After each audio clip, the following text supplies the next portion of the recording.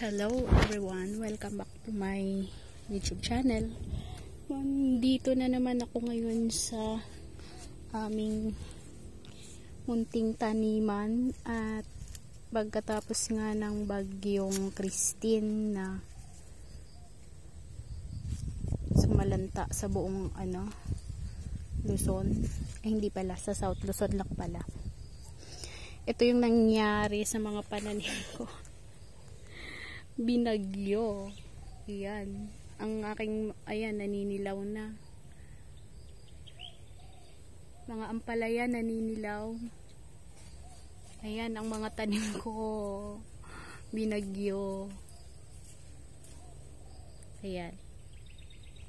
Kaya, ang gagawin ko ngayon, lilinisin ko na lang siya. At yung sili, ayan yung sili. Yan, hinog na yung iba. Siling labuyo. Ayan. Yung mga dating yung mga kamuting kahoy ko, nakalbo na ngayon. Kasi, natumba yan. Pinutol ko na lang lahat. Yan, yan. Ayan siya, oh. Yan. Kanina, pinutol ko na. At, lahat ng mga puno ng pinutol ko at iniwan ko na lang yung tangkay. Yan, mga tangkay na yan. Wala namang problema yan. Ito maliit. Iniwan ko maliit pa. Saka ito. Yan, pinutol ko rin yan kanina. At yung mga okra ko na hindi kasi namin napupuntahan to dito araw-araw kaya naging magulang na siya. Dumi ng kamay ko kasi ako kanina, nagtabas ng mga damo. Yan. At ito yung mga ampalaya. Yan, wala na siya. Ito naman ampalayang wild. Ayan yung mga patola ko. Sayang, marami sanang bunga, kaya lang hindi siya maganda. Hindi maganda ang pagkakaano. Yan. Kasi first time namin mag-organic. Sinubok namin. Inaral muna. Inaral muna namin kung paano, kung magtatagumpay ba. At okay naman. Ngayon, sa umpisa pa lang naman, talaga, hindi talaga siya successful. Pero, at least, nagkaroon ako ng kaalaman, at nagre-research din ako, at nagre-research ako tungkol sa mga organic na pataba, at yun nga, ngayon, alam ko na, kasi nung umpisang salang namin sa pag-organic, wala talaga kaming alam. Meron man kaalaman na pag sinabing organic, madaling sabihin na organic. Pero may malalim siyang kahulugan. May malalim na pag-aaral tungkol sa organic talaga, hindi basta-basta na organic lang. Kasi ayun lang. At kailangan din ng malalim na pag-aaral, pagsusuri. Sure. Ang lalim dun na pag-aaral, mga scientist. Ayan yung nangyayari. Kailangan nakabalot siya sa screen, yung kulambo. Ayan, dapat binabalot to sa kulambo para hindi siya makagat ng mga insekto. Ito, naunahan ako dito, nakagat ng insekto. Wala na, ganito lang. Pero at least, diba, alam ko na yung dapat gawin kapag sa susunod na magpupunla ulit. At ito, ayan, sayang, marami pa naman sanang bunga yung mga mga patola.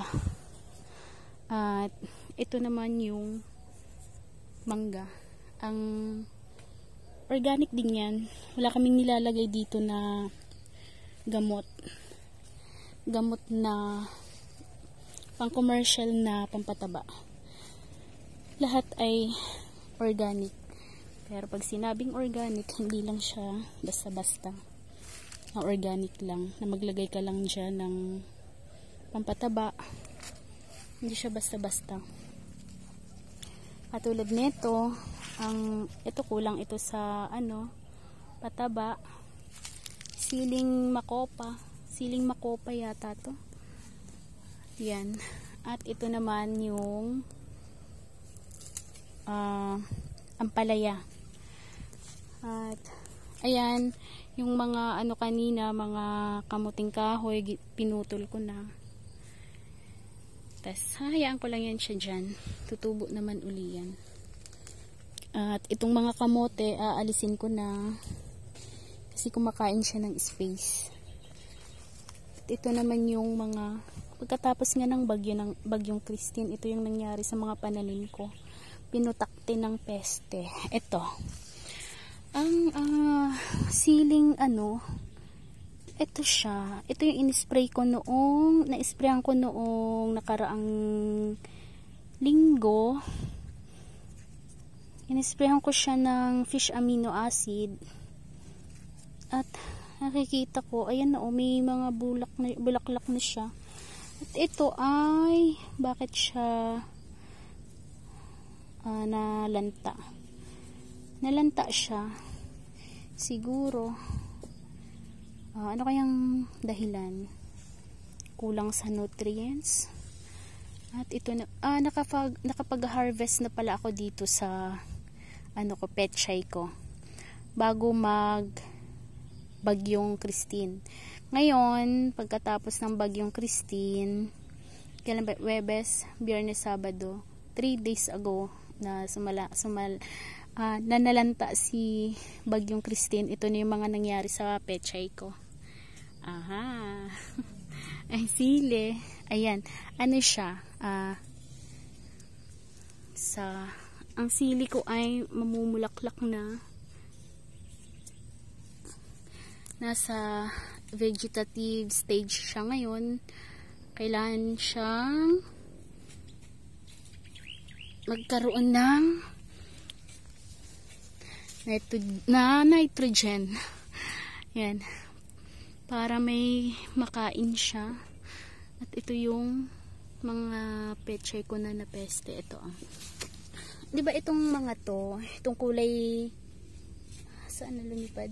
Parang peste ng palay na kulay green. Ito saan siya? Ayan ayan. Sa palay ba yan?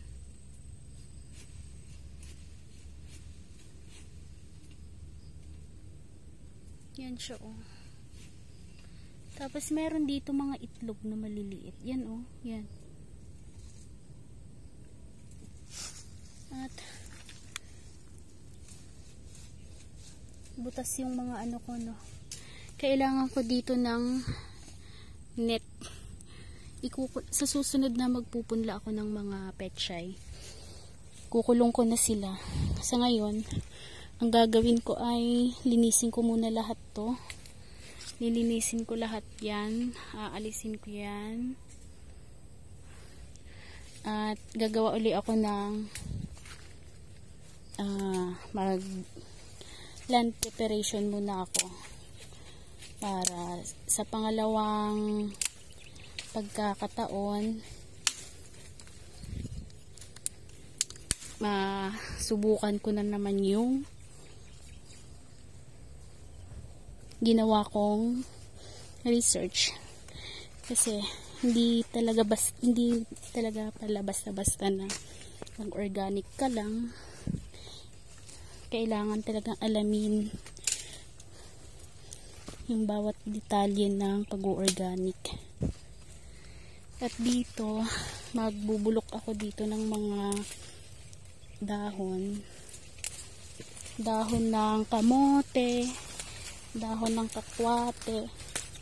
Yan. ano yan siya, meron niyang ano, eto, ano to siya, lupa na binungkal namin, tapos meron siyang, para pagbubulakan, meron siyang ano, mga ano ng saging, ito, mga balat ng saging, dahon ng saging, mga dahon ng kamote. Lahat ng kamote mamaya aalisin ko, dito ko siya ibubulok. Kakwate, ayan, halo-halo na yan. Tapos pagka nilagay ko dito kasi sa ang pinakailalim kasi ang ano, ilalim kasi neto, puro mga balat ng saging yan. Tapos tinambakan ng lupa. Tapos ngayon naman dahon ng mga kakwate kasama yung tangkay. At pagka nilagyan ko ng ano yan, ng ito dahon ng kakwate, mamaya lalagyan na naman ng lupa para mabulok talaga siya. Kakainin yun siya ng mga uod dyan. Tapos itong mga kahoy na maliliit, itong mga to, sasama ko na rin dyan mamaya. Yan, dagdag pampataba. Katulad yan, yung puno na yan,